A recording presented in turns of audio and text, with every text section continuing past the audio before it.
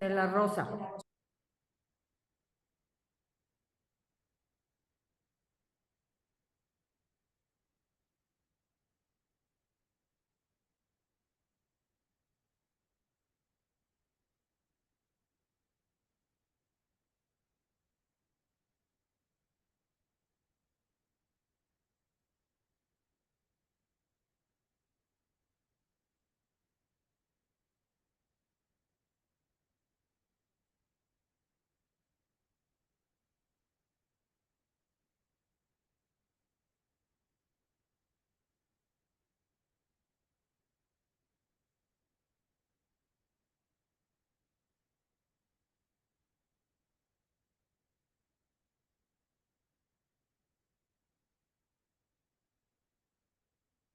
A la clase y no extender tanto la sesión de mi parte.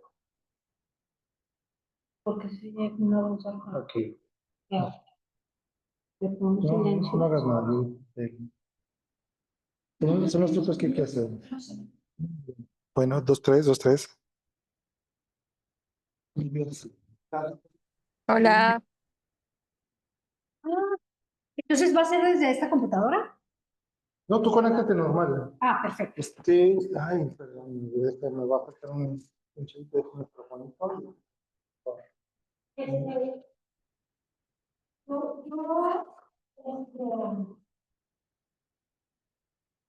Voy a comentar. ¿Quieres que te pase para que te puedan escuchar? Y ahorita, o ya está. Está Cristina. Ah, sí. Hola, Cristina. hola, ¿cómo están? Ay, voy a abrirla.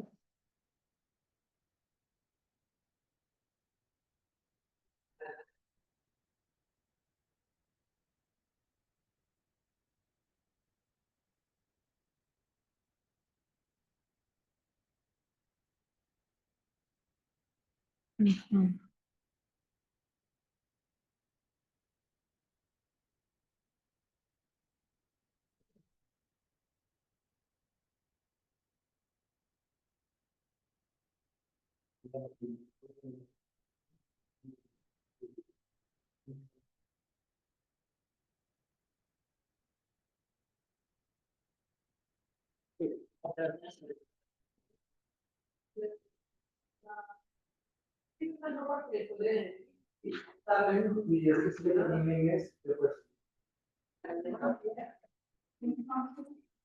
¿Cómo le voy a dejar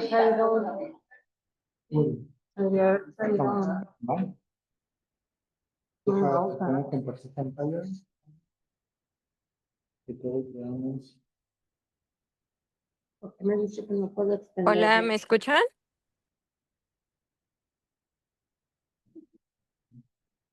Dice esas cosas. Que no puedo extenderla, que si la extiendo.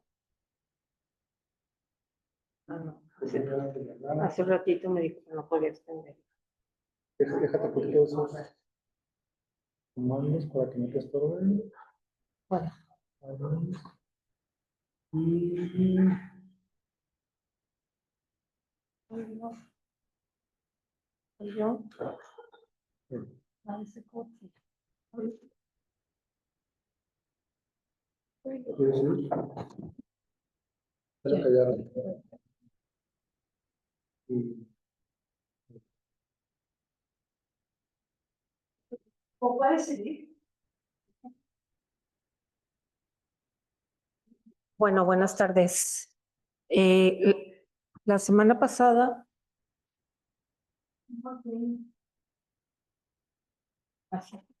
La semana pasada trabajamos la primera parte de esta presentación. Entonces,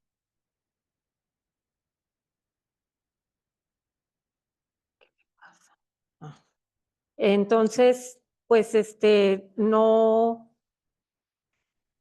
ya no voy a repetir el tema. ¿Lo consideran correcto? sí. O sea, trabajamos la relación entre la antropología y la etnografía, definimos qué es la etnografía digital, donde rescatamos que es cualitativa, que se observan las prácticas sociales de Internet, es una vía de producción de datos que implica No sacó. por las maneras de estar ahí, No sacó. por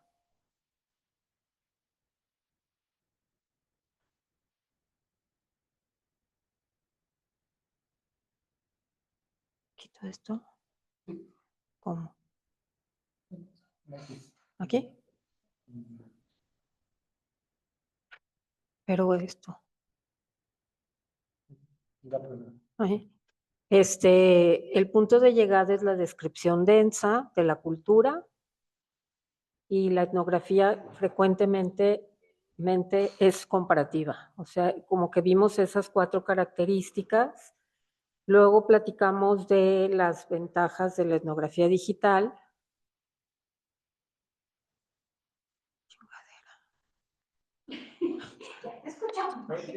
Te lo graba ahora.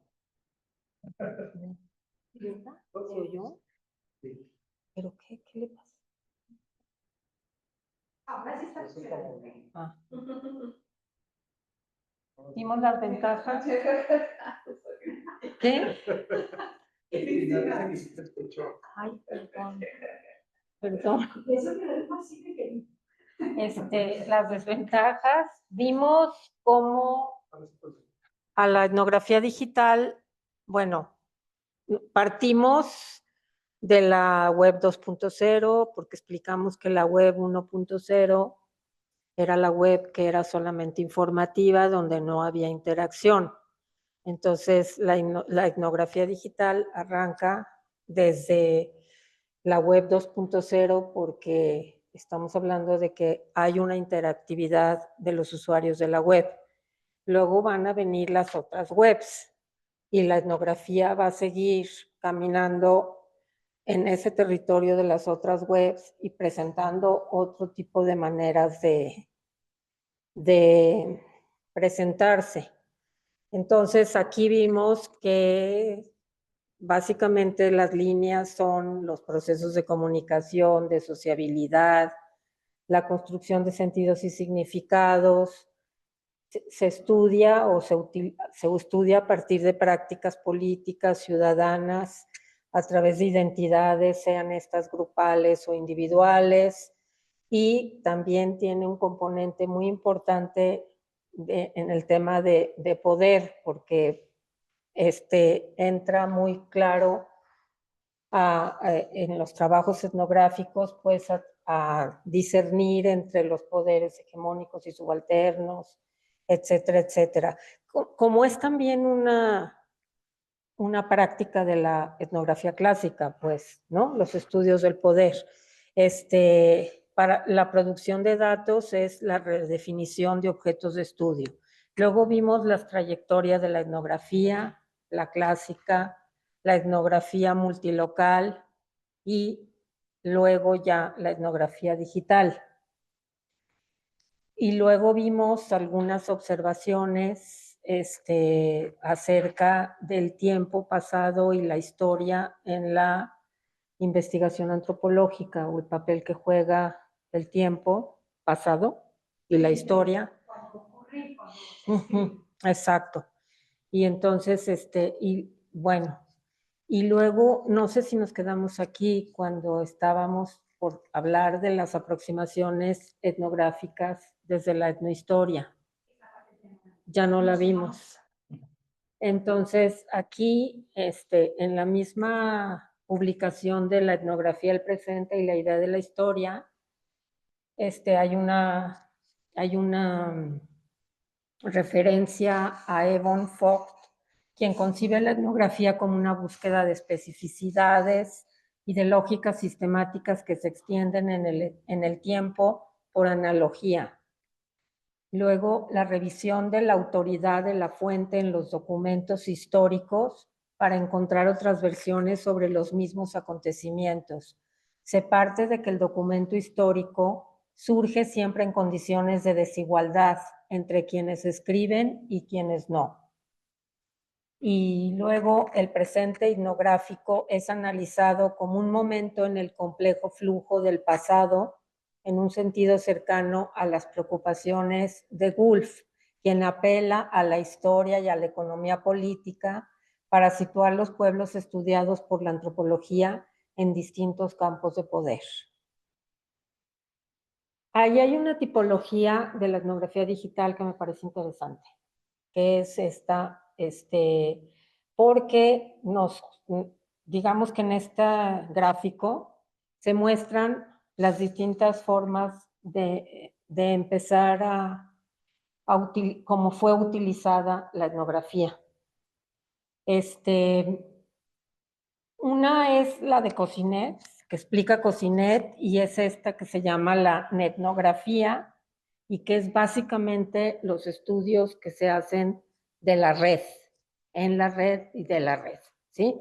O sea, los estudios que se hacen para poder entender el Facebook, entender las distintas plataformas que van surgiendo, y es básicamente el interés es entender esa herramienta, la herramienta de la web que tú te pones a estudiar. Esa es más la netnografía, porque es net de la red, grafía, o sea, tú vas documentando, vas sistematizando el comportamiento, pero de la red, ¿sí?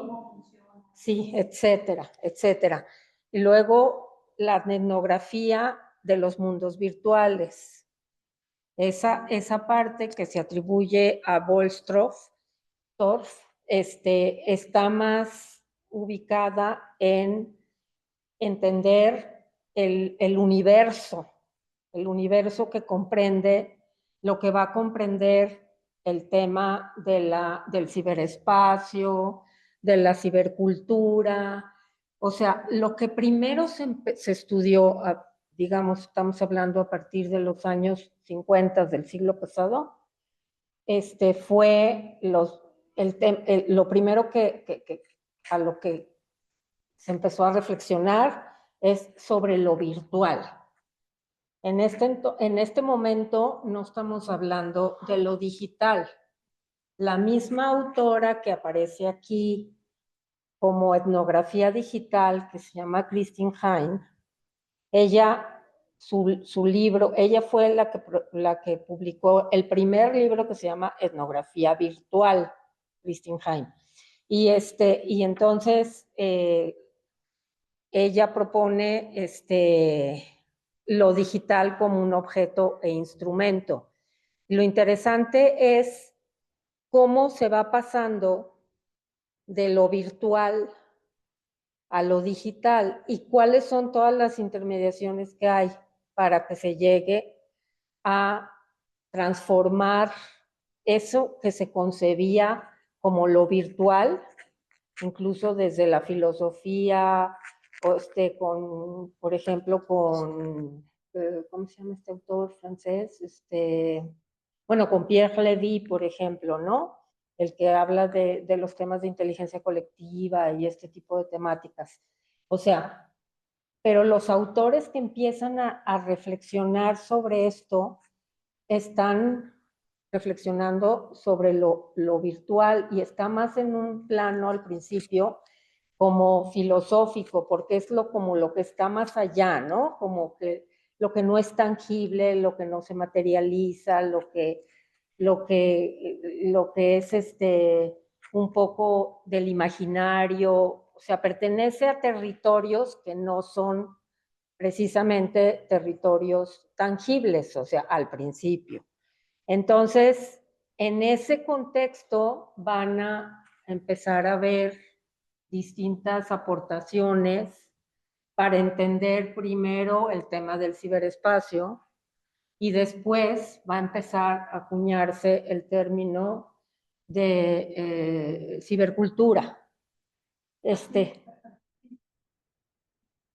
Pensando en esta transición entre lo virtual y lo digital, ¿cuál sería el entendimiento? Porque lo digital está atravesado por la tecnología, pero lo virtual en ese sentido. Lo virtual sería lo que es lo que no es tangible, lo que es lo que imaginamos, lo que no es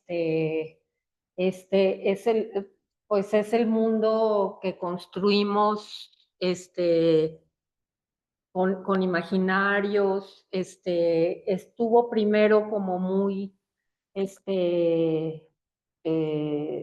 tomado por la filosofía, o sea, y cuando vamos a, cuando ya empezamos a transitar hacia lo digital, está precisamente eso que tú estás mencionando, o sea, al principio las cuestiones que se hacían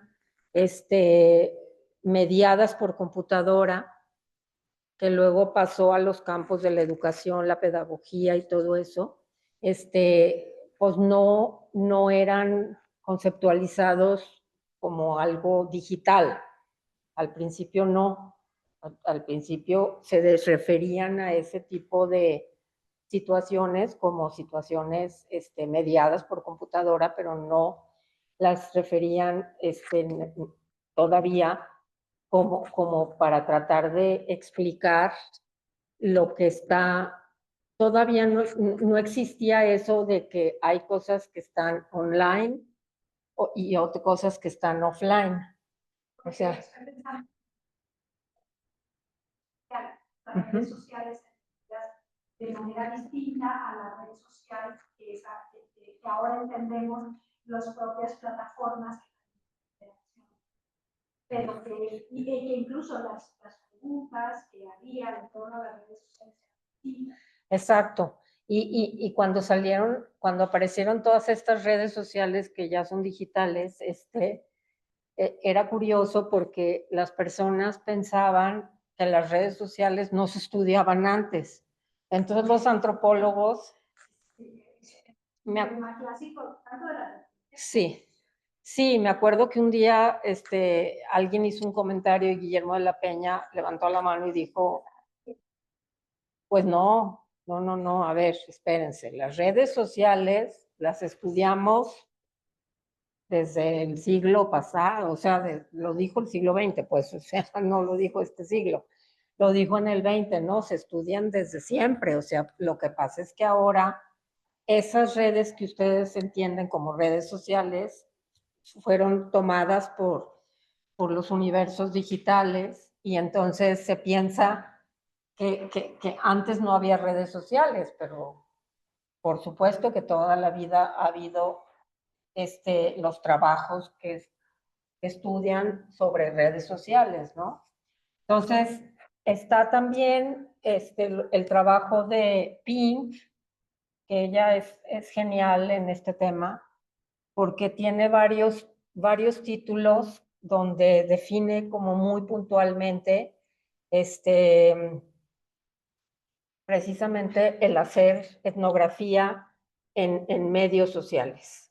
Ya no es estudiar la tecnología, la herramienta, sino ya empezar a levantar información, a sistematizar información en diferentes medios sociales y utilizando herramientas digitales para hacerlo.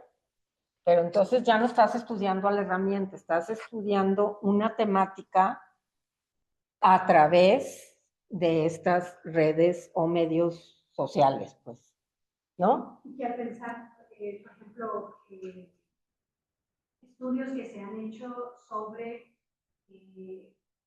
las relaciones sentimentales que nacen en estos sitios, ¿no?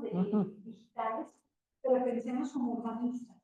¿Qué imaginan ustedes que lo podrían utilizar la tecnología digital pensando en la ciudad? ¿Qué sitios, qué plataformas se utilizan que son útiles para tener tener funciones relacionadas con... Muchas gracias. Bueno, no sé si me escuchaste, Cristina, lo que yo les comentaba y un poco a partir de esta provocación que nos está haciendo María Inés sobre la etnografía digital y cómo poder pensar en las plataformas sobre visor ciudadano o pensar en cómo para la movilidad, que ahorita no son tan de interacción, es más de consulta, pero pensemos que hay países en donde ya también se está captando la información a través de estos sitios, pero que puede ser no únicamente sobre las necesidades de información sobre la movilidad, sino incluso de su satisfacción o cuáles tipos de inquietudes pueden tener sobre el transporte, etcétera, ¿no? O por ejemplo, yo, me estoy planteando si es posible que yo formule el trabajo de investigación para este programa académico, utilizando esta etnografía digital en el tema de los cuidados, entendiendo que si, bueno, cada día que estoy explorando la bibliografía me confundo más respecto al tema de los cuidados, en lugar de estar más claro. Ajá.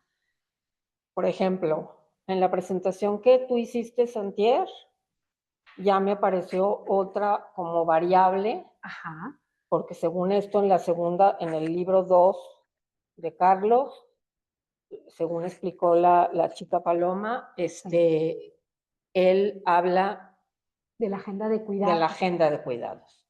Entonces yo digo, a ver, la agenda de cuidados, ¿cómo la quiero abordar? A mí me gustaría abordarla como las redes que se construyen para fortalecer a un segmento social y cómo, por ejemplo, utilizan estas redes artefactos tecnológicos pues para ayudarse, apoyarse, así como lo hicieron, por ejemplo, durante la pandemia, ¿no? Que se hacían, que a través de WhatsApp o a través de otra tecnología, o sea, que donde los dispositivos celulares tuvieron un papel súper importante porque para muchas era la única manera de poder tener una comunicación, sobre todo aquellos que se quedaron sin, o en coyunturas como lo que está viviendo ahorita Poza Rica y en este tipo de coyunturas de contingencias ambientales que también se quedan una parte de la población desconectada y entonces cómo se tejen entre ellos ciertas redes de soporte, de apoyo, y cómo eso qué tiene que ver con el Sistema Nacional de Cuidados, tiene que ver o no tiene que ver nada, No o son dos agendas bien diferentes, o sea, eso ahorita yo estoy así, perdón que ya aventé lo que traigo atorado. No, pero está muy bien porque a mí me gustaría que todas estas técnicas que estamos revisando las pensemos también en cómo las podemos utilizar en nuestros proyectos. Por ejemplo, los cuidados en cómo están, porque a lo mejor tú, por ejemplo, ¿verdad? Que introdujiste el tema de estas contingencias ambientales, ahí sí sería estirar mucho el tema de los cuidados, porque los cuidados casi siempre están, o sea, estamos hablando de las poblaciones que proporcionan los cuidados o reciben los cuidados, pero que en este caso, si quisiéramos utilizar la etnografía y cómo es que se da, por ejemplo, podría ser en el caso de cuando se hacen los anuncios para solicitar el apoyo de cuidados para niñas, niños y adolescentes. Ahí es, a ver, cómo alguien que está buscando el servicio externo de los cuidados, ¿cómo lo hace? ¿Qué tipo de solicitudes hace en cuanto a sus convocatorias?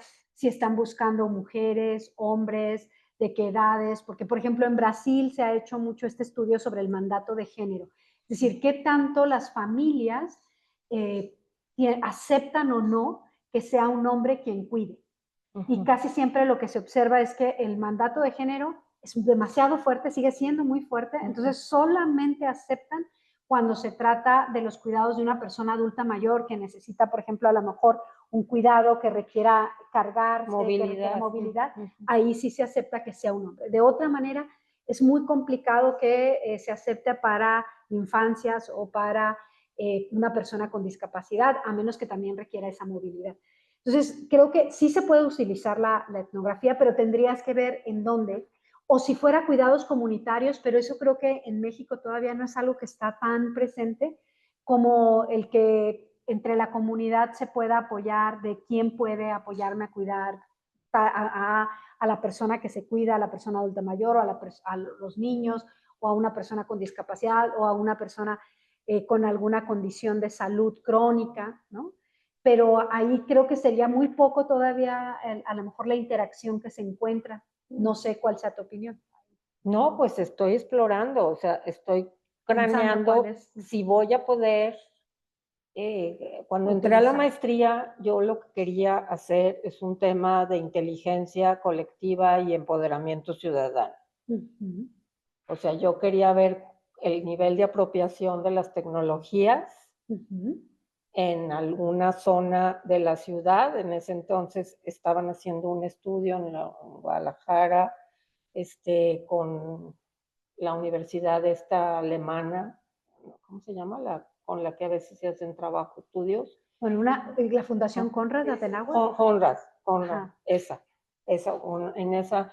Entonces estaba haciendo un trabajo como de un mapeo muy interesante en algunas zonas marginadas, en el Cerro del Cuatro y en unas zonas de la ciudad. Entonces, yo veía ahí un área de oportunidad para trabajar ese binomio que yo quería, Ujú. de inteligencia colectiva y empoderamiento ciudadano. O sea, cómo pueden ser las tecnologías un vehiculizador de esa, a través del cual se logra concentrar o capitalizar un saber colectivo y ese saber colectivo que se sigue reproduciendo contribuye a empoderar a los ciudadanos.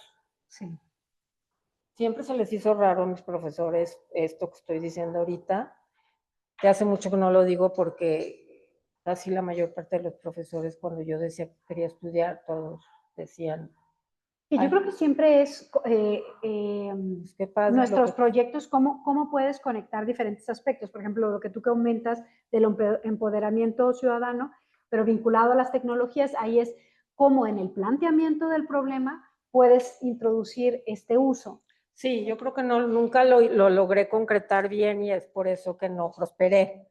Pero entonces ahora que yo no quisiera que se fueran totalmente de mi trabajo ese interés que tengo por pues, capitalizar el asunto de lo tecnológico en una temática que ahorita tiene pues una visibilidad, como es la temática de los cuidados, aunque no es vista, o al menos hasta donde yo he revisado la literatura, no tiene ese enfoque.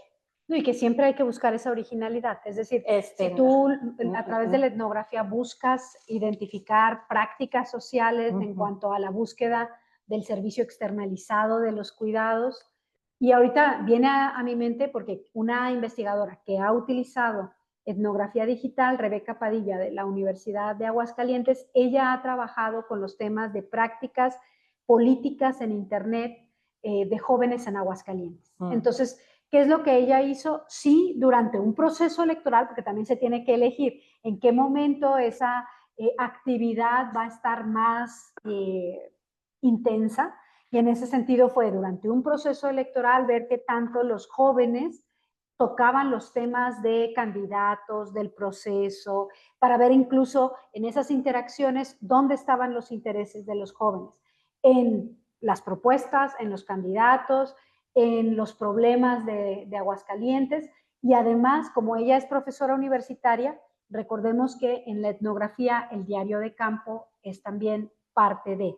Les pidió a los jóvenes, alumnos, para que ellos llevaran un diario de campo de sus prácticas políticas en Internet. de tal manera que podían ver con qué frecuencia hablaban de temas, de qué temas, de tal forma que tenía esas dos fuentes de información. Entonces, la etnografía digital me parece que sí tiene mucha potencialidad si pensamos también en, incluso como en un espacio público, ¿no? Si podemos llevar esta analogía del espacio público visto ahí, claro, habría que ver desde dónde, si es un, por ejemplo, si estamos hablando que es un sitio como red social, como Instagram, como Facebook, o si es un sitio oficial, porque eso también enmarca de manera distinta, ¿no? Y el tema de la asimetría que se pueda tener, el poder, ¿no? Esa parte creo que siempre es también, cuando tú mencionabas lo de la etnografía, es decir, a ver, cuáles son las características de estas redes, y me recuerda el libro que me prestaste, Laura, en el cual se habla del registro. El registro, quién, qué, para qué, ¿no? Entonces, siempre hay que poner nuestras fuentes también en esta perspectiva crítica, ¿no? Y eso ayuda a entender mejor lo que vamos a etnografiar, si es que podemos decirlo así. Ok. Bueno, pues entonces estarían esta tipología que pues está muy sintetizada. A nosotros nos interesa particularmente, lo digo, el lado derecho, donde está etnografía digital, que es nuestra Christine Hein, que fue la primera que escribió etnografía virtual, que luego me vine a enterar por César Gómez Cruz, uno de estos estudiosos de las tecnologías virtuales y vitales. Tiene un libro que se llama Culturas Vitales y que tiene que ver con estos temas. Que él conoció a Christine Hein y que Christine Hein le dijo, no, pues es que se me ocurrió ponerle ese nombre, pero la verdad es que nomás porque se me ocurrió. Entonces le dije, eso no lo sigas diciendo porque las demás lo vamos a seguir diciendo.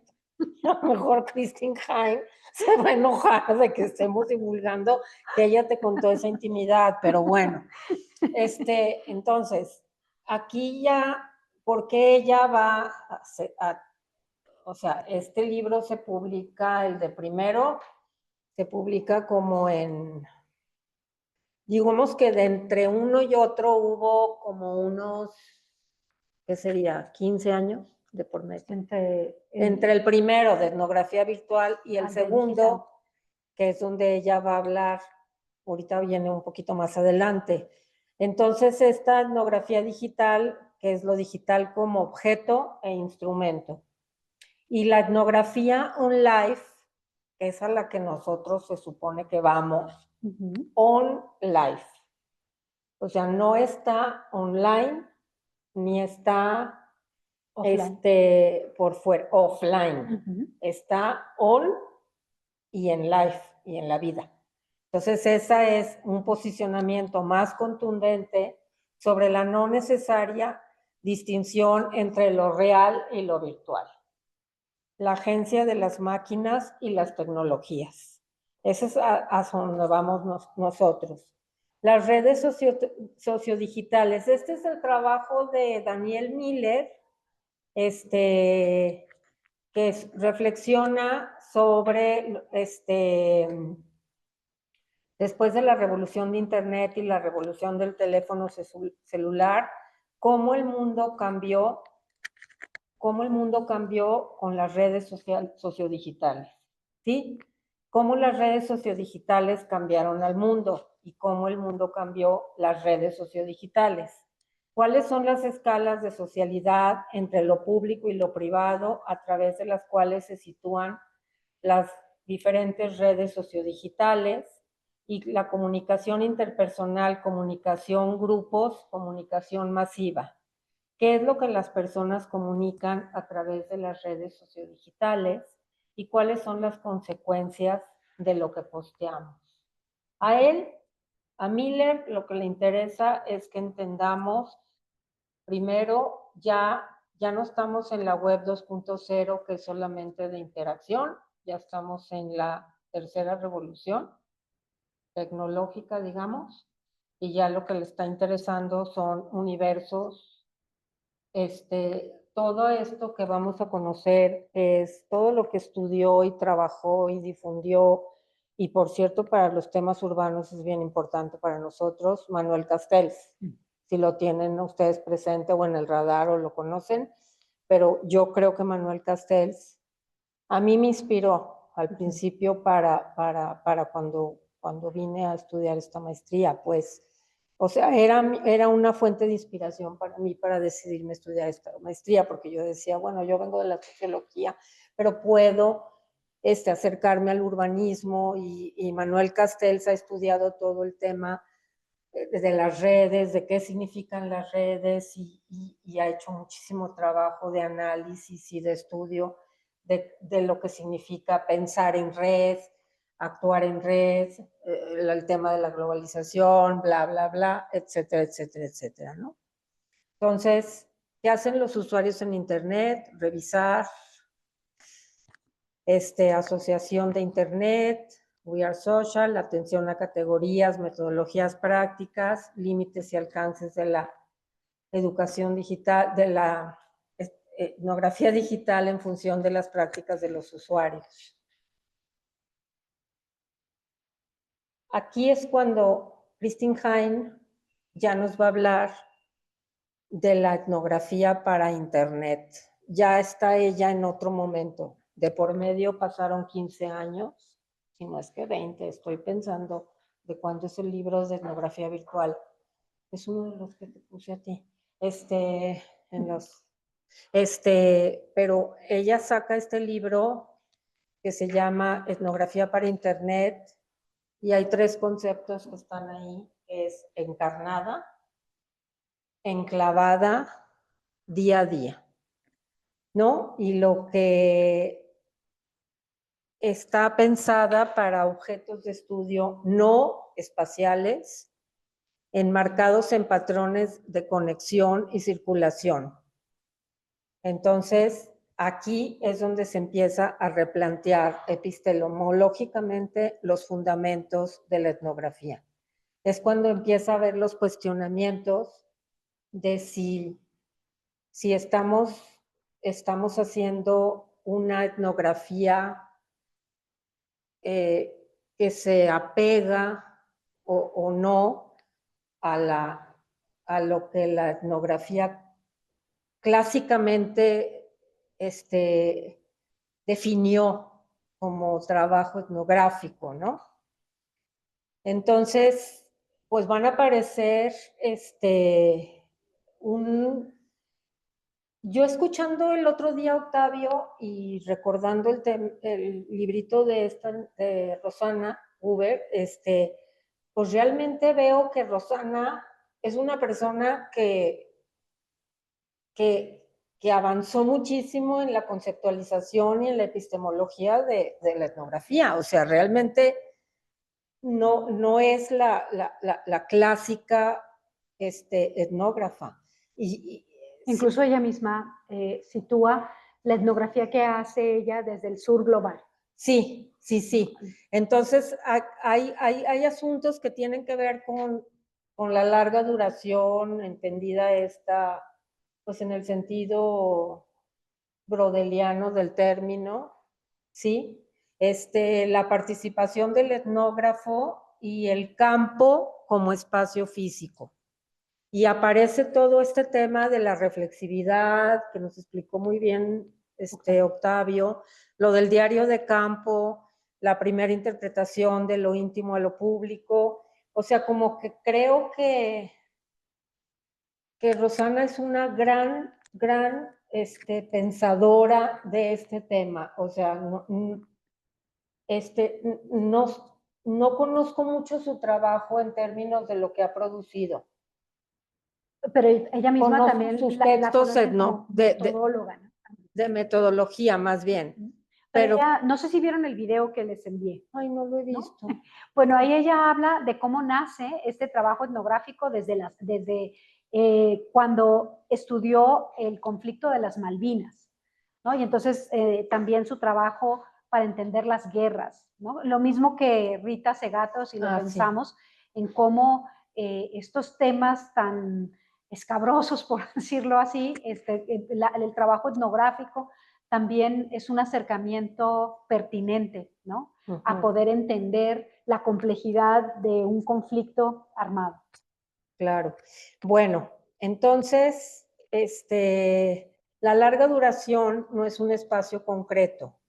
Sí, para formular y rechazar teorías emergentes en el trabajo de campo.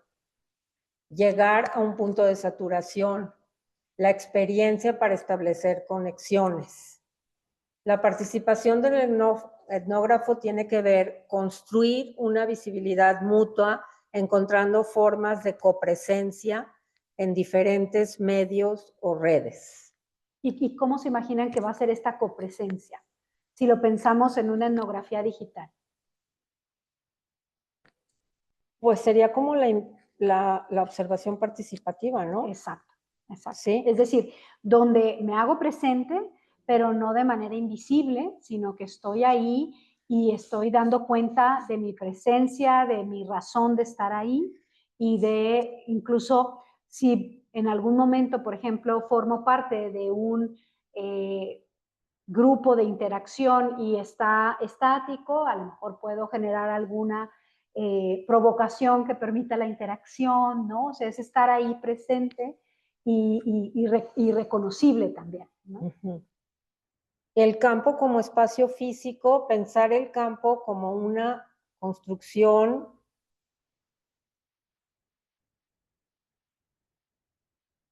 ¿qué dice ahí? Ingeniosa. Ingeniosa de un lugar, ingeniosa en un lugar de algo dado, un campo móvil y multisituado. Este término multisituado es muy importante, es inherente a la etnografía digital. ¿Sí? Sí, porque puedes estar en diferentes lugares, ¿no? Ujú. Estás observando lo que está situado. A diferencia de cuando haces un trabajo de campo que va a estar específicamente ubicado en una comunidad, en un espacio físico. El campo construido por redes de actores, ¿sí? Y un conjunto de decisiones hacia dónde avanzar y un diálogo constante, empiria, teoría, una teoría fundamentada. Que recordemos que la teoría fundamentada no es solo de la etnografía, sino estamos hablando que es inherente a todas las técnicas de recolección cualitativa. Sí, eso es bien importante que lo tengamos presente. Realmente yo no tenía tan claro qué tanto tienes que estar volviendo a la teoría cuando estás utilizando las técnicas cualitativas, pero sí es bien importante. Sí, porque aunque se habla que es un proceso inductivo, vas del dato a la teorización, sin embargo, la teoría existente te ayuda también a esta validación, lo que se comentaba el otro día, cómo sé que lo que estoy interpretando realmente tiene un sentido riguroso, ¿no? Y no personal. Bueno, la teoría te ayuda a eso, te ayuda a identificar y aquí mismo se menciona, y eso creo que la investigación en términos generales busca conexiones. Y en un ratito más que veamos, cuando analizamos ya la transcripción directa, pues necesitamos buscar esas conexiones entre los códigos que vamos a ver cómo vamos construyéndolos, ¿no? Y luego, bueno, ahora qué te pasa. ¿Otra vez vas a empezar? ¿Cómo hace rato? Ya no voy a decir palabras. Diferentes formas de participación en el proceso de observación. Bueno, aquí se recopilan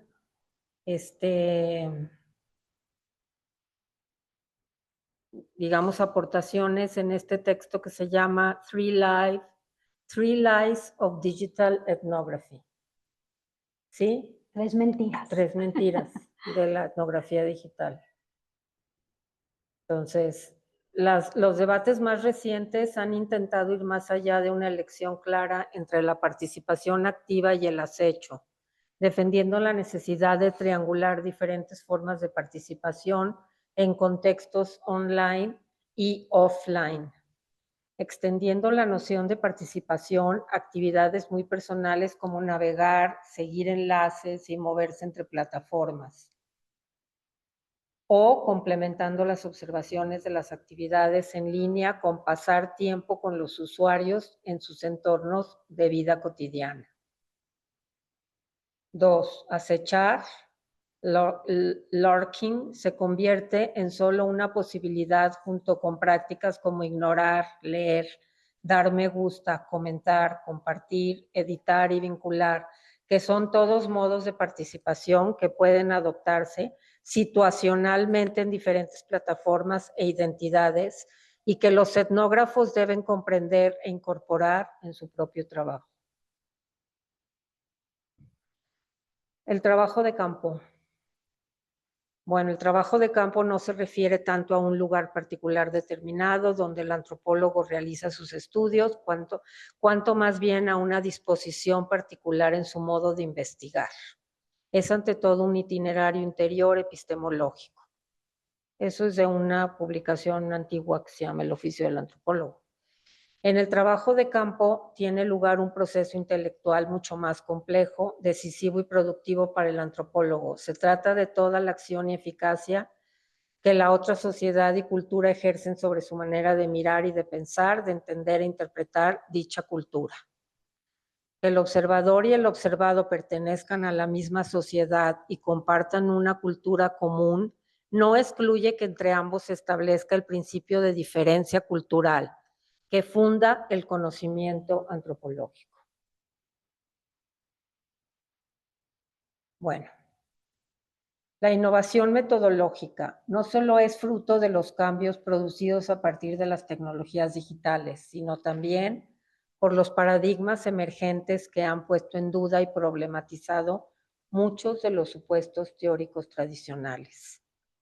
La actualización metodológica debe ir de la mano con la renovación teórica. ¿Por qué creen que sea esto necesario? O sea, si eso pensamos que me agobia. renovamos lo metodológico, pero sin hacer una actualización teórica, ¿qué podría pasar? Pues,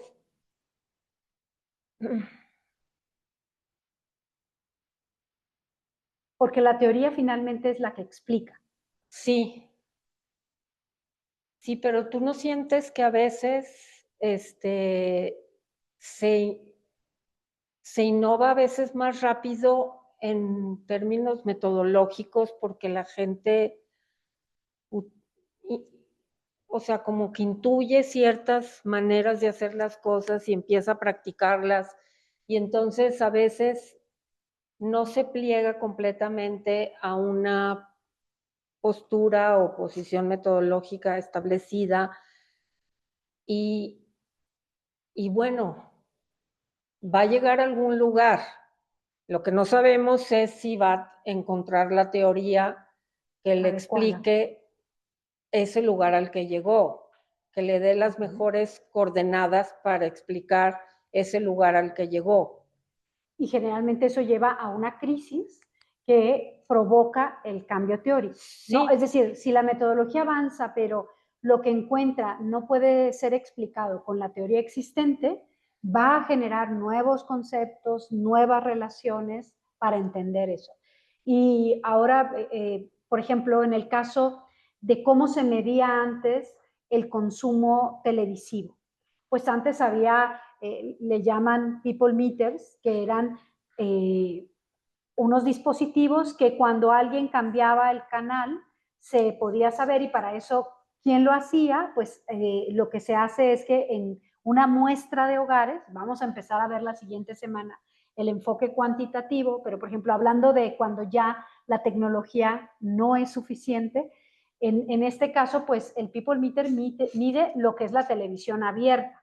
Pero ¿qué sucede cuando ya las prácticas sociales van llevando a que cada vez es menos la televisión abierta lo que se consume? ¿Y qué es lo que se consume más? Pues es todos los contenidos streaming. Pero esos no hay manera que este dispositivo que se inventó, primero fue con el radio, después con la televisión, para poder tener un monitoreo de ese consumo, pues entonces ahora si lo pensamos en términos de cómo se mide Netflix o cómo se miden estas plataformas, pues ya lo que hace es que al momento en que hay una suscripción, pues sabes quién es la persona que está viendo, tienes información sobre su perfil y entonces ahí empiezas a generar registros, ¿no? Igual en este caso, por ejemplo, para la etnografía digital. Que van a ser los de Big Ethnography Data, esos que Exacto, estás diciendo exacto, tú, ajá, a donde exacto. llega este trabajo al final. Exacto. Y Hablar de también eso. es etnografía, pero también tenemos, Del Big Data, ajá, grandes datos. sí, que son masivos Ujú. y que al mismo tiempo, si pensamos en estas redes, antes para hacer etnografía digital era posible comprar las bases de datos. Tengo entendido que ahorita ya no es, porque la legislación también cambia, el marco normativo cambia, porque está en los derechos de las personas usuarias, ¿no? A que sus datos sean. Por eso también en muchos de los sitios que visitamos está que todo el tiempo está si aceptamos o no el uso de cookies, el uso de información de nuestra navegación, etcétera, es precisamente por eso, ¿no? Entonces, hay toda una discusión de qué tanto la información que se pueda estar estudiando tenga una cobertura realmente. En este caso no buscamos la representatividad estadística, en la etnografía nos interesa más las prácticas las culturales. prácticas, ajá. Ujú. Entonces, pero son temas donde la metodología tiene que ir pensando cómo vas a tener tus datos o acceso a esos datos. Bueno, hay 3 desafíos. Me voy rápido. Ya, porque no quiero agarrarles toda la clase, porque también, ¿eh? Como tal. No importa. No, más bien que, por ejemplo, ahorita nos platiques esto y que tú pienses en un cierre. ¿Cómo cerrarías esta técnica de recolección cualitativa y a lo mejor planteando sus diferencias con la etnografía tradicional? Pues estos 3 desafíos son importantes porque se asemejan al trabajo que hace un etnógrafo tradicional. O sea, tú tienes que construir una mirada. En el otro caso nos hablaban de observación, participante. Tú tienes que construir un campo que ya sabemos que no es un campo físico, sino es un campo in the middle of nowhere. O sea, es un campo que se construye a partir de las interacciones, etcétera, etcétera, y tú tienes que producir un trabajo de campo sistemático. Entonces aquí, al igual que en la otra técnica, tú vas a usar el diario de campo, la observación, también tienes tus instrumentos para registrar la observación, cómo la vas a hacer, tienes tu diario de campo y luego cómo vas a hacer la transcripción de toda esa información que recolectas. O sea, son los 3 desafíos de esta etnografía. Cómo construyes la mirada, cómo construyes, porque tú lo que estás buscando son datos densos, ¿sí? Que obtienes a través de métodos etnográficos, distinguir los guiños de las TICs y los guiños verdaderos de los guiños fingidos. Pues, lo que dijimos antes, tú estás viendo un universo donde puedes estar yéndote con, voy a decir una coloquialidad, pero yéndote con la finta, pensando que tú, como lo hace el marketing, por ejemplo, ¿no? O como ahorita se validan o se reconocen, por ejemplo, un estandapero actualmente, ¿no? Que su persona es reconocida por la cantidad de seguidores que tiene, por todo este tipo de cosas, tiene un reconocimiento público o sea, o una actriz o una cantante, ¿no? Como Taylor Swift o mundo, pues, ¿no? Cuya éxito o cuyo reconocimiento se registra pues a partir del número de seguidores que tiene, una serie de puntos, ¿no? Entonces aquí es donde te dicen pues que tú estás en medio de, si estás haciendo ese tipo de trabajo, pues tienes que estar como muy atento a esos guiños, cuáles son verdaderos y cuáles son fingidos, ¿no? Pero incluso los guiños fingidos también podrían formar parte de los hallazgos, ¿no? Pensemos en lo que ahorita nos comentabas de On Life. Es decir, la misma persona, cómo son sus prácticas fuera, dentro, y, o sea, porque al final la persona es... creemos que es la misma persona, pero... Y es la identidad que está generando, ¿no? Y que puede plantear incluso a través de los símbolos que va a utilizar en sus fotografías o en los iconos que elige, etcétera, ¿no? Para reaccionar. Bueno, pues entonces, el segundo desafío es la construcción del campo antropológico, y aquí va a hablar de toda la cuestión de las relaciones de poder, la revolución de la información, o sea, el papel que va a jugar esta era de la información en cómo se transforma el paradigma que nos rige cuando se transita a la era de la información y a la era del conocimiento, a la sociedad de la información, a la sociedad del conocimiento. O sea, ¿qué pasa? La información, ¿en qué se convierte? La información se convierte en el pivote, en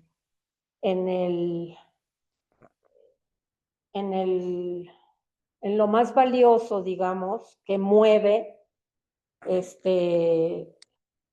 y que va a provocar una como reacomodo en la geopolítica mundial, sobre todo se van a reconocer nuevos centros de poder y son aquellos donde tienen ese acceso, ese control, esas formas de gestionar la información, de distribuir la información,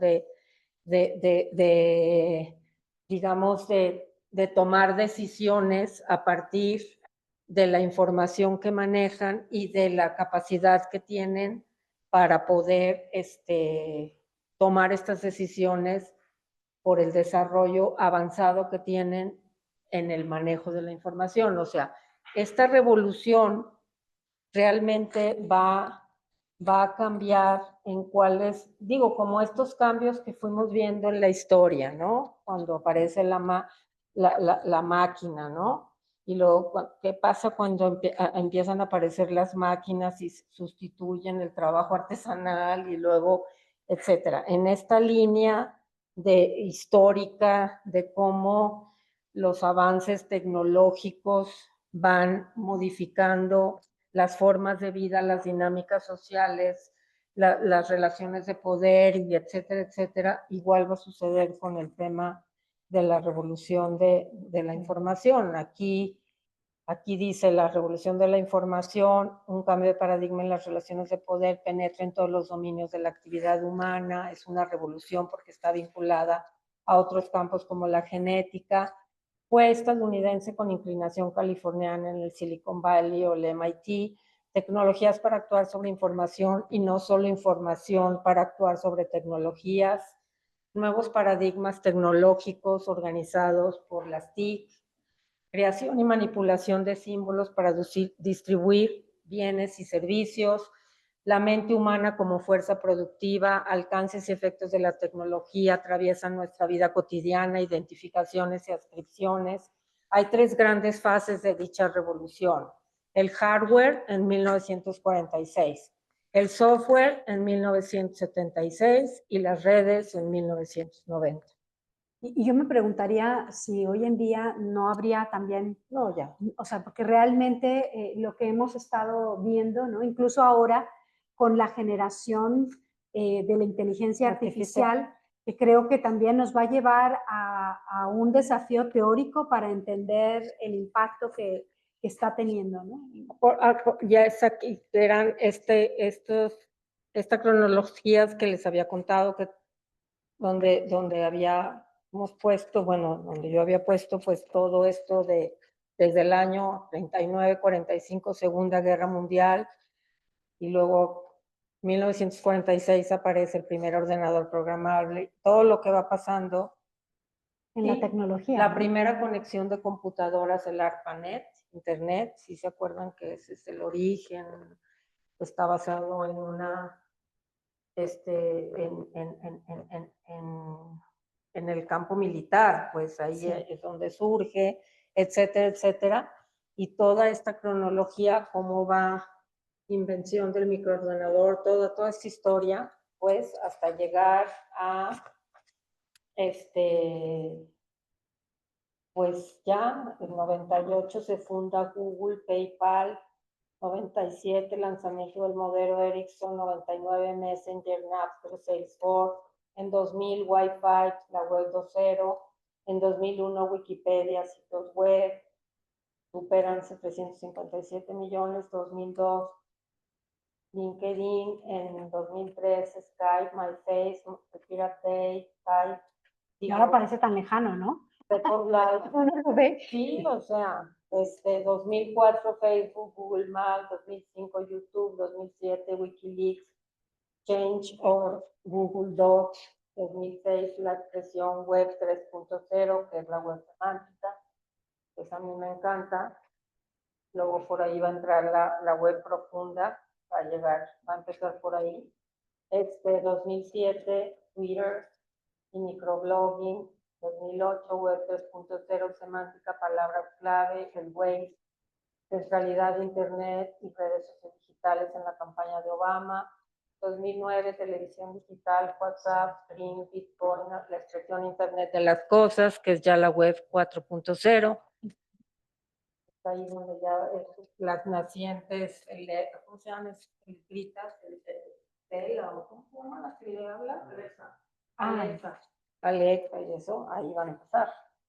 El Internet de las cosas, 2010 Instagram, 2011 Snapchat, 2012 Tinder, 2014 lentes, realidad virtual, selfie, ¿se acuerdan de la selfie que se tomó Ellen DeGeneres con otros actores en unos Oscars? ¿Fue la primera selfie? La primera selfie. 2015 Periscope, streaming, 2016 Netflix, 81.5 millones de suscriptores. Y luego e-learning, gobierno digital, comercio electrónico, banca electrónica, movimientos sociales, tecnopolítica, youtubers, influencers, crowdfunding, Zoom. Bueno. Lo que va a seguir es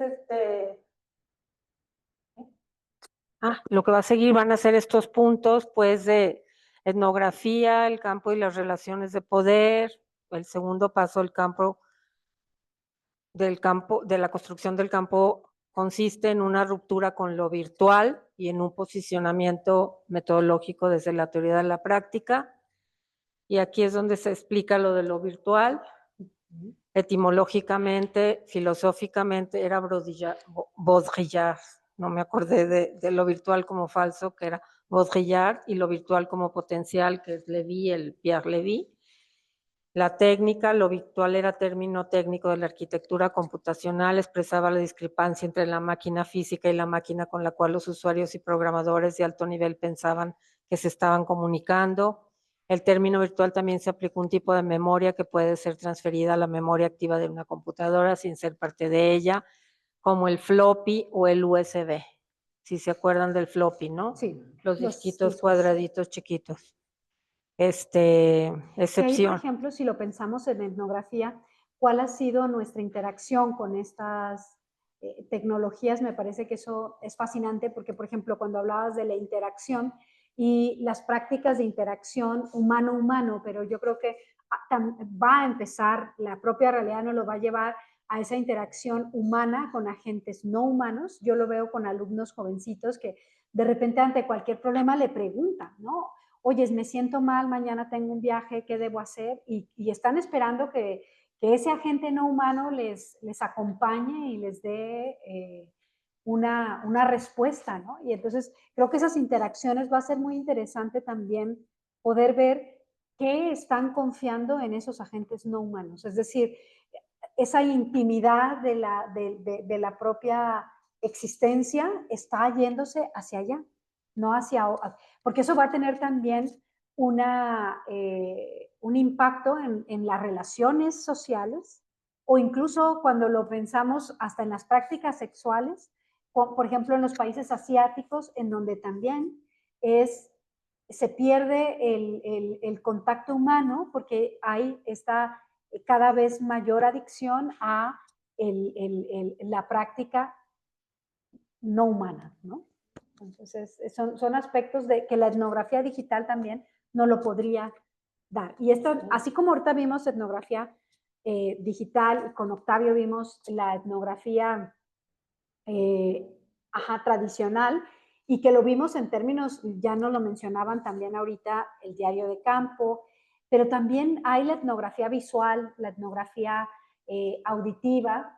Hace unos 3 años estuvo una profesora canadiense que toda su etnografía es auditiva, graba los sonidos y esos sonidos después es el significado que tienen para las personas, ¿no? Y entonces incluso hace trabajo de campo en ciertos lugares, por ejemplo, donde cuál es el impacto que tiene la naturaleza, el sonido de la naturaleza y en la relación que se establece para la comunidad, etc. Entonces, creo que la etnografía tiene mucho para darnos, ¿no? Sí. Bueno, pues va a seguir cómo hay que posicionarnos metodológicamente desde la teoría, perdón, de la práctica.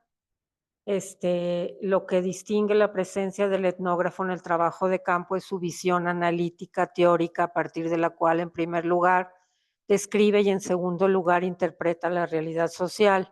Para llegar a la interpretación es necesario definir el campo en el cual nos introducimos para observar y describir un conjunto de prácticas sociales.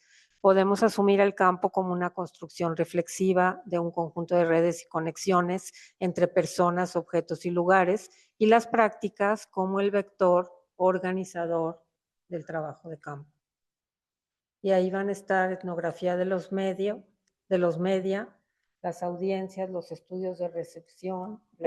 Que ahí es donde yo les decía Netflix, que ya tienen estas metodologías que cada vez están, nos tocó el año pasado en ITESO que estuvieron de Netflix hablando de la metodología precisamente y cómo ellos dicen, nosotros nacimos con la investigación al mismo tiempo, es decir, porque muchos después buscan cómo investigar a sus audiencias, ¿no? Ellos nacieron pensando en cómo estar cerca de las audiencias a través ya de desde que nacieron. Ay, qué padre. La etnografía virtual, solo en la pantalla, uso peyorativo de lo virtual, fronteras entre off y online. Y la ruptura epistemológica es precisamente, se da, y la etnografía digital propone, inicio con el estudio etnográfico de Internet, se enfoca en cómo la información y comunicación dan forma a la vida cotidiana a través de diferentes prácticas sociales. Esa es la etnografía on life. O sea, ya no es la separación de lo de online y offline. Sino verlo como un todo. Sí. Y va a seguir. Pero, que a lo mejor lo que te pediríamos aquí, sí, que te agradecemos mucho porque creo que tienes aquí una bibliografía muy rica y que tú has ido organizando. Entonces, aquí sí tú nos lo puedes compartir en la carpeta de Drive. Sí, nomás voy a incorporar las partes, las citas, digo, la bibliografía que la tengo en otra carpetita. Digo, en otra, aquí, la tengo aquí, la bibliografía, entonces, la voy a completar para incluirla en en el pero bueno, esto sigue. No, sí, yo lo veo y por una parte agradecerte porque creo que Esto ha sido un sigue- esfuerzo que se ve que Este lleva sigue tiempo, ¿no? hasta el Big Ethnography Data y los imaginarios y la resistencia al poder algorítmico. Pero bueno, ya no alcanzamos a seguir esto. Pero bueno, básicamente era pues querer introducir este método. No, y te lo agradecemos mucho. Yo lo que les diría, que aquí hay varios textos que valdría la pena que si alguien de ustedes quiere usar la etnografía digital, creo que vale la pena el irnos sumergiendo, ¿no? en estas posibilidades de recolección y análisis, porque ya lo vimos con Rosana Guber, no es una técnica de recolección, es un método, ¿no? Método entendido porque no utiliza una, sino varias técnicas a la vez, la etnografía, ¿no? Y agradeciendo tanto a María Inés como a Octavio que nos hablaron de la etnografía, así como ustedes que hablaron de la observación participante, de la entrevista. Les comentaba al inicio de la clase es, una vez que recogemos esos datos, ¿qué hacemos con esa información? ¿Quién de ustedes ha utilizado metodología cualitativa, ha utilizado transcripciones y luego llevado al análisis? A ver, perdón. Que haya utilizado la investigación cualitativa para que nos platique ese proceso. Es decir, yo grabé mis entrevistas o lo que fue un grupo focal o llené una guía de observación o hice un diario de campo. ¿Qué sigue después de que yo ya tengo y voy acumulando esa información? ¿Alguien ha trabajado algún proyecto de investigación con estas técnicas y luego llevado a un informe de investigación? Sí. Sí. Y generalmente, ya una vez que tú tienes tus transcripciones, María Inés, ¿qué haces con ellas? Pues, por ejemplo, desde la historia oral, lo que nos recomiendan es hacer construir fuentes. Construir fuentes. A partir de las transcripciones que hacemos, entonces nosotros vamos a construir esas fuentes que a su vez vamos a confrontar con otras fuentes que hemos reunido para los propósitos de esa misma investigación. O sea, porque no es como que lo que te dicen las personas si hiciste entrevistas, Ajá. ni solamente lo que tú observaste y guardaste en tu diario de campo. Digamos que lo que estás buscando es entender ese contexto en el que estás trabajando, ¿no? Entonces, tú tuviste una intervención ahí, hiciste una observación y hiciste algunas entrevistas, o a lo mejor también hiciste lo que hicieron, yo lo hice en una ocasión, grupos focales, trabajé con grupos focales, muy incipiente, porque la verdad es que solamente fue porque así lo indicaba la investigación y yo estaba siendo asistente de investigación, entonces yo obedecí lo que dictaba la investigación. Yo no lo diseñé ni fui la que concibió. La responsable de la guía. La que concibió, pero sí lo hice. Sí hicimos grupos focales también.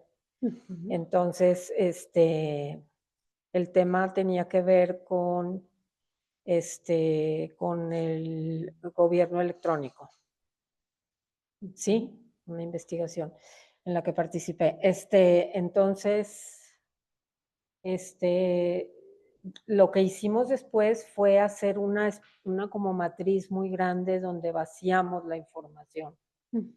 Y ya después con esa matriz es que empezamos a hacer el análisis. Primero para delimitar los actores, para identificar los actores, identificar los grados de avance del uso de las tecnologías en los gobiernos con los que trabajamos,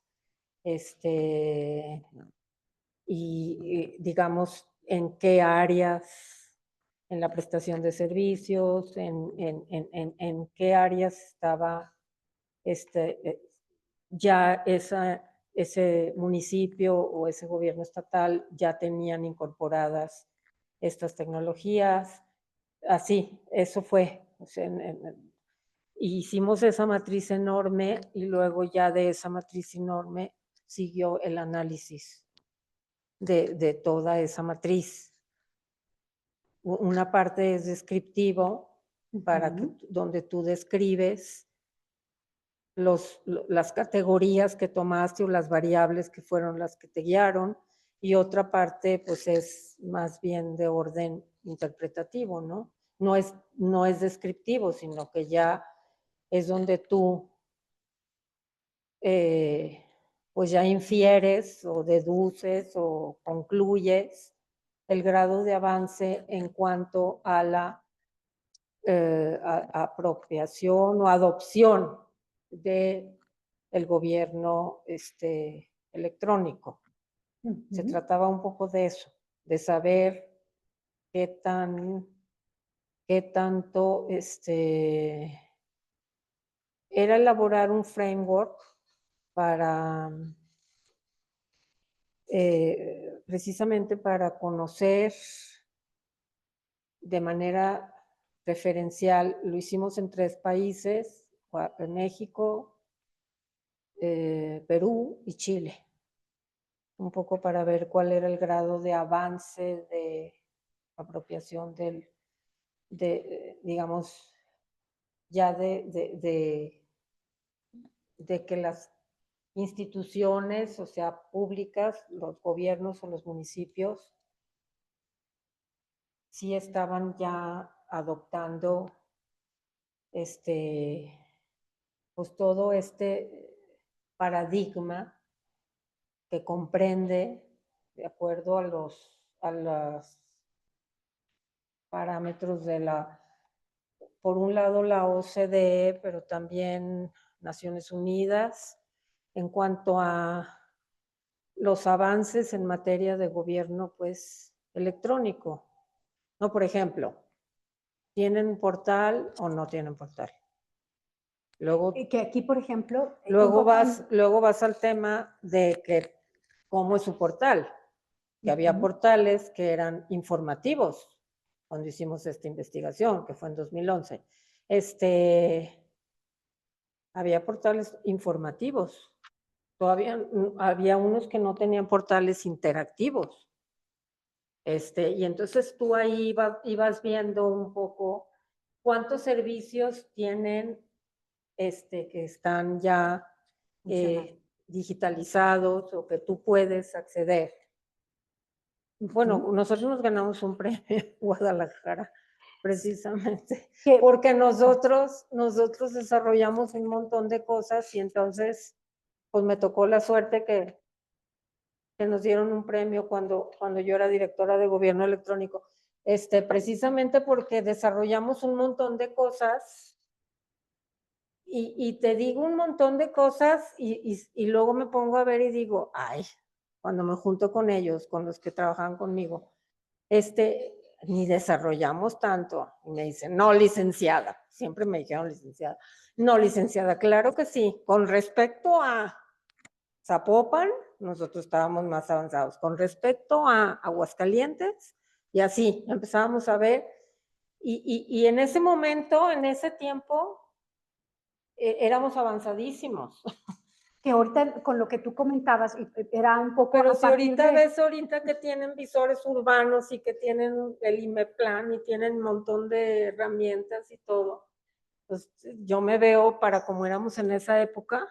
Pero todo es de alguna manera gradual, ¿no? Sí, claro. Y en ese sentido, a mí me gustaría retomar, hablaba ahorita María Inés de los grupos focales y cómo ellos elaboraron una matriz y cómo fue ver qué estaba sucediendo con ese gobierno electrónico. Ahí uno puede decidir si el grupo focal lo va a hacer con algunas dependencias que a través de que tienen sus páginas y ver quién diseña, si hacen pruebas, etcétera, ¿no? Pero también lo podríamos hacer grupos focales con personas usuarias ciudadanas, ¿no? Aquí les quiero mostrar una guía, un guión, porque el guión ya nos dice, cuando hablaba María Inés de una matriz, Aquí, por ejemplo, siempre en nuestro guión, pues vamos a tener un objetivo. En este caso, estamos trabajando con el Fondo de Población de Naciones Unidas y es pues recopilar las experiencias tanto de las personas cuidadoras como quienes reciben cuidados, el número de personas, cuánto va a durar, cuáles son los materiales, pero luego ya tenemos la apertura y tenemos que es cómo vamos a introducir con las personas, pero vemos ejes de análisis, la realidad de cuidar en el día a día. Ese ya es un eje que si lo pensáramos en una matriz, podríamos traer todas las verbalizaciones que obtenemos en un grupo focal de las diversas personas que están integrando el grupo focal y después tendríamos, después de esto, el de la realidad de cuidar, pues podríamos encontrar otro, qué necesitan, qué hace falta, mirando el futuro, el derecho al cuidado, ya es un tercer eje. Bueno, aquí nada más son 3, hemos hecho otros estudios en donde tenemos más ejes, pero luego dentro de esos ejes hay temas y entonces la matriz va creciendo de tal manera que traemos las verbalizaciones. Quería mostrarles pero también quiero mostrarles, hay diferentes software, así como para trabajar en la investigación en lo cuantitativo a través de R o SPSS o Stata, para la investigación Quali, dejen nada más otra vez volver a compartir aquí con quienes.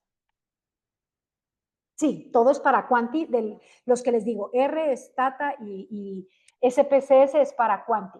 Para Quali tenemos Atlas T, tenemos MaxQDA, tenemos InVivo, es decir, hay otro software, pero que tienen, ¿cuál es la idea de utilizar estos programas? Ahora sí, que la tecnología para el procesamiento de los datos. Si se fijan, en este caso, que es el manual de análisis de datos cualitativos con MaxQDA, que MaxQDA se especializa también, como que se fue, ¿verdad? Sí, déjenme ver.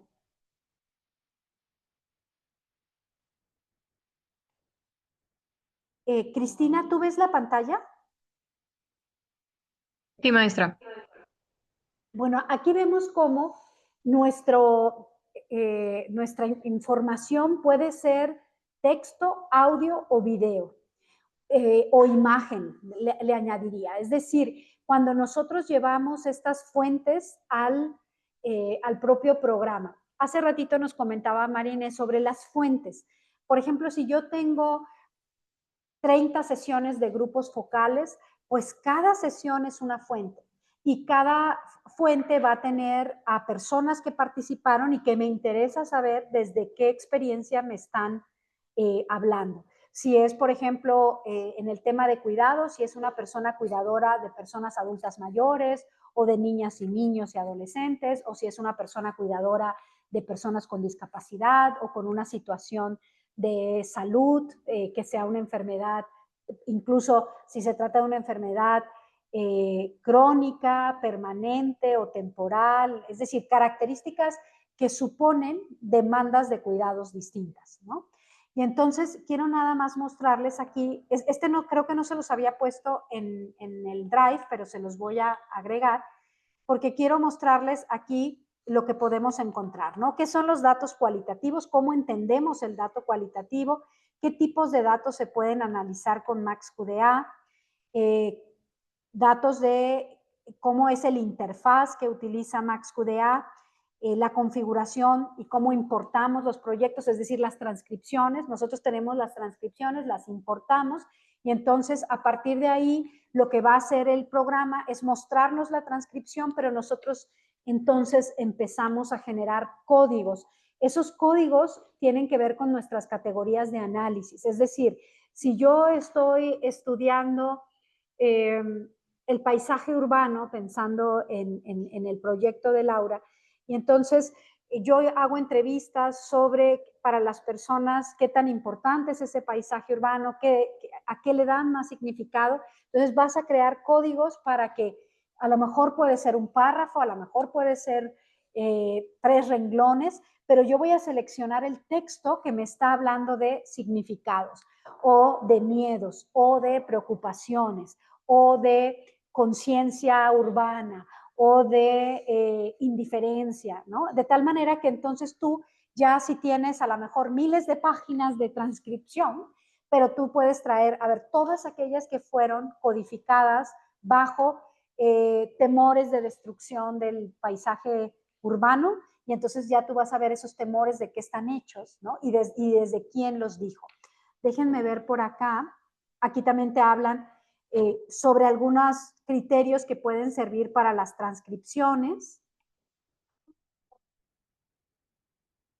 Sí, sí, sí, PDF, Word, ¿no? Incluso también en JPG, si son las fotografías, porque entonces tú ya puedes ver, incluso compartir códigos entre imágenes, audios, texto. Quiero nada más mostrarles, nada más que no alcancé a hacer, miren, aquí está los tipos de formatos de datos que son importables en cuanto a documentos, en grabaciones de audio, video. Como MaxQDA está hecho para diseños mixtos, puedes también compartir, por ejemplo, si tú hiciste una encuesta con esa pregunta, entonces tú traes verbalizaciones de lo cualitativo, pero también traes aspectos de las encuestas, ¿no? Y déjenme nada más, incluso si se quieren también datos de redes sociales, o sea, cuando tenemos fuentes diversas, ¿no? Que tenemos transcripciones, pero también tenemos encuestas, podemos tener otro tipo, por ejemplo, de herramientas de encuestas en línea, si queremos tomar datos de redes sociales, fotografías, datos bibliográficos, páginas web, etcétera, ¿no? Nada más déjenme ver por acá, espero no. Miren, bueno, aquí ya nos va mostrando un poco de cuál es el entorno. Déjenme elevar un poco y hacer esto por acá. Vamos a ver cómo Atlas T, por ejemplo, los antropólogos, y creo que si pensamos en cuál es el programa más especializado en investigación cualitativa, pues es Atlas T. Pero si pensamos en diseños mixtos, pues hablamos de MaxQDA. Entonces, aquí vemos que hay un sistema de documentos donde nosotros vamos a llevar nuestras transcripciones ahí. Luego tenemos un sistema de códigos. El sistema de códigos puede ser que lo tengamos predefinido desde el guión o desde la guía de la entrevista. Es decir, donde yo ya establezco cuáles son mis ejes temáticos, mis temas de análisis, y esos me pueden servir como códigos. Hay otros que se les llama códigos in vivo, que son aquellos que nacen que a partir de la propia narrativa de nuestros sujetos de estudio, podemos crear nuevos códigos, ¿no? Y tenemos también los segmentos recuperados, es decir, a ver, todos aquellos que hablaron de indiferencia sobre el paisaje urbano, y te va a traer todos los extractos, ¿no? De tal manera que tú tienes todos los extractos que luego te va a permitir producir el análisis denso. Muchas veces se habló del análisis denso, es decir, el análisis denso no es el que proviene directamente de la frase textual, sino es la capa analítica que el investigador va a construir y donde va a traer las relaciones más complejas, ¿no? En donde va a tratar de profundizar en cuáles son los resultados de toda esa lectura que se hizo, ¿no? Es decir, el traer esa reflexión teórica y empírica, ¿no? Y entonces vamos a ir un poquito más acá. Quiero mostrarles. Aquí vienen como todas las funciones, ¿no? Pero déjenme ver si aparece aquí, yo lo había visto. Por ejemplo, uno puede activar, quiero todas las transcripciones o quiero solamente de ciertos, por ejemplo, si a mí me interesa nada más las voces de las personas usuarias del gobierno electrónico, entonces yo puedo activar solamente las transcripciones de usuarios. O si me interesa saber la opinión de los funcionarios públicos, entonces activo solo las transcripciones de las dependencias gubernamentales, ¿no? O en el caso de cuidadoras, bueno, me interesa, pero solamente de las cuidadoras de personas adultas mayores. Y entonces empiezo a hacer esa selección, ¿no? A ver aquí. Aquí es nada más la lista general de documentos. Tienen aquí, por ejemplo, el tema de las fotografías, ¿no? Imaginemos que si en gobierno electrónico interesa hacer un análisis de los sitios y entonces qué tipo de fotografías se colocan ahí. Por ejemplo, hay estudios que hacen análisis de medios sobre las noticias sobre migrantes. Y entonces, si uno elige las fotografías, a ver, ¿cómo es que se retrata la migración en España? No, pues es que siempre está retratada, asociada con delitos. Entonces, ahí ya el framework que hablaba Marinés, y nosotros vemos en dónde está, no, pues está en la sección de policía o de seguridad pública. Entonces, quiere decir que el tratamiento que están haciendo es un tratamiento discriminatorio, ¿no? Es decir, no están hablando de la migración en un sentido amplio, ¿no? Entonces, o por ejemplo, si quisiéramos ver, a ver, cuáles son las fotografías que están relacionadas con los programas sociales. Y entonces vemos cuáles son las poblaciones que están ahí simbólicamente representando a las poblaciones beneficiarias. Entonces, también el análisis cualitativo incluye eso, ¿no? Por ejemplo, si ahí estamos viendo qué tipo de materiales se resaltan, el tipo de relación, en este caso también si estamos considerando que las infancias toman en consideración a la presencia de personas adultas, estos son hombres, son mujeres, de qué edades, todo esto es un análisis cualitativo, ¿no? Déjenme ver. Si pensamos en el paisaje urbano de Jalisco, ¿qué tanto están presentes la iglesia, no? O sea, no sé, todos estos elementos que podrían considerarse. Déjenme ver.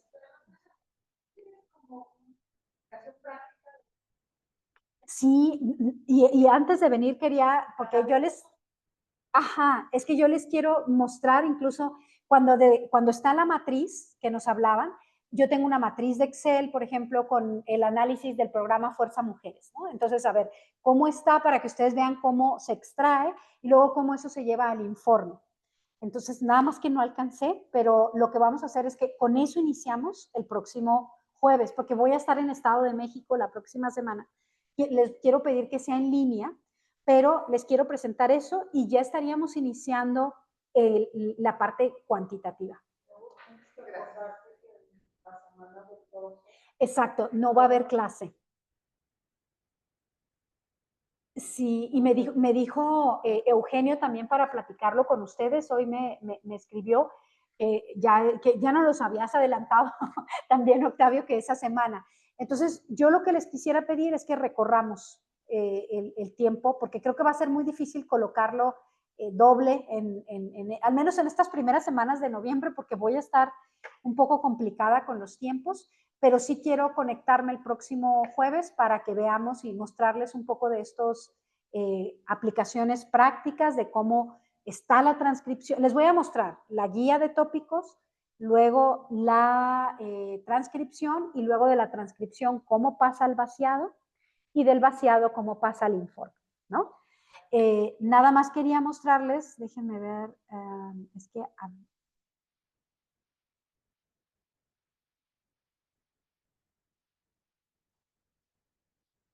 aquí viene ya la codificación.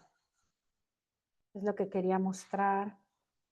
Así que miren, aquí, por ejemplo, se va a introducir un nuevo código. Fíjense cómo permite introducir un nuevo código que nosotros le ponemos el dato de, por ejemplo, si quiero ver movilidad motorizada, movilidad no motorizada. Si estamos extrayendo, ¿no? Algunos párrafos, fíjense cómo aquí está subrayado y luego introducir un nuevo código o un código in vivo, ¿no? Y con eso ya se va haciendo esta selección Incluso se pueden utilizar etiquetas de colores. ¿A un ¿no? mismo párrafo se le pueden dar diferentes categorías? Exacto, sí, se le pueden dar y entonces ese mismo párrafo te lo va a traer cuando estés analizando una cosa o estés analizando otra, porque esa es la complejidad de lo social, ¿no? O sea, generalmente no está asociada con un solo código. Déjenme ver. Fíjense cómo aquí aparecen los documentos. Son los entrevistas de Ana, de Laura, de Lucía, de Pedro, de José. Del lado derecho están viendo la transcripción. Y aquí está, por ejemplo, el sistema de códigos, que es como el eje de análisis. Y entonces ahí vemos cómo está mayores problemas mundiales. ¿Se fijan? Pero luego vamos a ver cómo de ese sistema general de códigos se va a desprender. Déjenme ver por acá. Your internet connection is unstable. Miren, por ejemplo, aquí ya la influencia, el impacto del consumo en el cambio climático, las causas de discrepancia, es decir, ahí son temas relacionados con los mayores problemas del mundo. Déjenme ver aquí.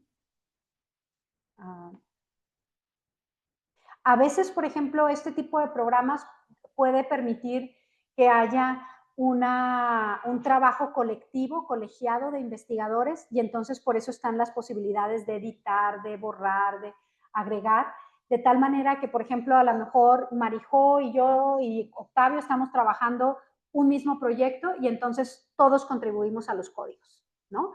Pero a lo mejor puede ser que haya una discrepancia en lo que Octavio y yo definamos como código. Entonces ahí podemos estar viendo, oye, ¿sabes qué? Lo que tú codificaste con esto, yo no estoy de acuerdo, me parece que sería más preciso si usamos este otro, pero es un trabajo colaborativo. Estos programas te ayudan a eso, a hacer un programa colaborativo en línea, ¿no? Miren, por ejemplo, aquí ya podemos ver como el nombre del documento. Y aquí vemos que Ana habló de problemas materiales, energéticos, cambio climático, tecnológico. También habló de hambrunas, de guerras, de postura agresiva de Occidente, de políticas de injerencia exterior, etcétera, ¿no? Entonces, ahí estamos viendo también todas las codificaciones para esa entrevista en particular. Nada más quería mostrarles acá. ¿Sería recomendable ponerle código a todo el texto o solamente el código de las categorías que me interesa investigar? Pues esa es la maravilla de la investigación quali, que tú puedes empezar con unos códigos y terminar con otros, ¿no? O sea, también en ese sentido a veces sucede, ¿no? O sea, es estar siempre abierto a que el propio dato te lleve a otra forma de entender el problema. Entonces, yo lo que siempre recomiendo es, claro, en realidad la investigación quali es leer y vuelves a leer y vuelves a veces hay muchos, y en los grupos focales no sucede, hay cosas que tienes, que son párrafos que no están relacionados, que las personas a lo mejor no fueron, que hablaron de otra cosa distinta a lo que se buscaba, eso no lo codificamos y no hay ningún problema, no tiene que estar todo codificado. Pero yo siempre pienso que de todas maneras uno guarda esas transcripciones porque a lo mejor para ese tema no, pero para otro tema sí te puede ser útil, ¿no? Es decir, otra investigación en donde esos temas puedan ser, y ahora más con toda la tecnología que existe, pues tienes unas transcripciones que puedes seguir regresando a ellas. Como una categoría de ser mal viajón. ¿Cómo? Se mal viajó. No, pero a lo mejor está trabajando otro tema y regresas, ¿no? A lo mejor habló sobre, vamos a pensar, sobre la depresión, ¿no? Y era un tema diferente, pero a lo mejor puede ser que en otro estudio esa referencia de la depresión pueda tener un contexto, ¿no? O sea, ay, qué padre. O sea, todas estas entrevistas, Ajá. de grupo, etcétera, se pueden utilizar para diferentes investigaciones. No Sí, tiene que hacer precisamente para una, nueva. porque vas acumulando también, ¿no? Un conocimiento social. Y aquí, por ejemplo, también donde tú vas haciendo codificación sobre las imágenes, ¿no? Nada más quiero llegar porque había visto, a ver. Déjenme ver si está acá.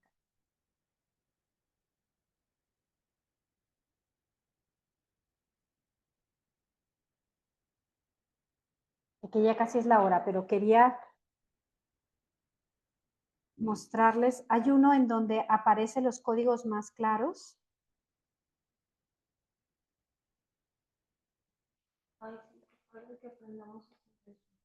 Es que la verdad son herramientas muy útiles, que se convierten casi como o sea, realmente uno termina enganchado, en el sentido de que si se fijan, aquí está, por ejemplo, sistema de códigos, influencia a través de la política, a través de los individuos, a través de la economía, y ahí es donde va haciéndose arrastrando, ¿no? Los códigos dependiendo de las transcripciones que tienes del lado derecho.